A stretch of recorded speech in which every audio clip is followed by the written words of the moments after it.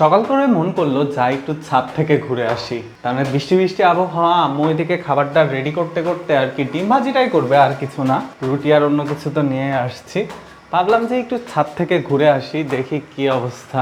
এর জন্য একটু ছাদে আসতেছি। ছাদে আসলাম, ছাদে এসেও তার মানে বৃষ্টি স্নাত পরিবেশ।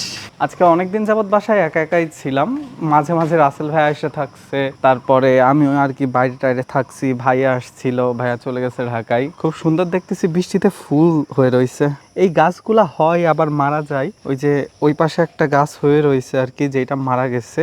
এই যে এই গাছটার কথা বলতেছিলাম, এটা কিন্তু তুলসী গাছে ছিল, জিনিসটা মারা গেছে। এই পাশে আবার তুলসী গাছ একটা হইছে। আর এই যে এইখানে হচ্ছে একটা কমলা আছে, এই কমলাটা বড় হচ্ছে কি হচ্ছে না, যদি একটু দাগ দাগ হয়েছে, শেষ পর্যন্ত টিকবে নাকি। আর এই যে এইদিকে হচ্ছে একটা গোলাপ ফুল, গোলাপ ফুলের জায়গায় আমি দিলাম তোমায় জবা। ও সুন্দর পরিবেশ, আকাশটা একদম মেঘলা মেঘলা। আমার বিড়ালের বাচ্চাও চলে আসছে, বৃষ্টি শুরু হয়েছে বলে আমি চলে আসলাম, শালা আবার বিড়াল ওর ভিতরে গেছে। কি করতেছে, গাছ উল্কাইতেছে নাকি? এটা আমার খুব পছন্দের একটা বিড়াল, ওর নাম পিনি। হ্যাঁ, ও কিন্তু পুরাপুরি কালো না, ওর গায়ে একটু ফুটা সাদা সাদা আছে। টাটা, আল্লাহ হাফেজ।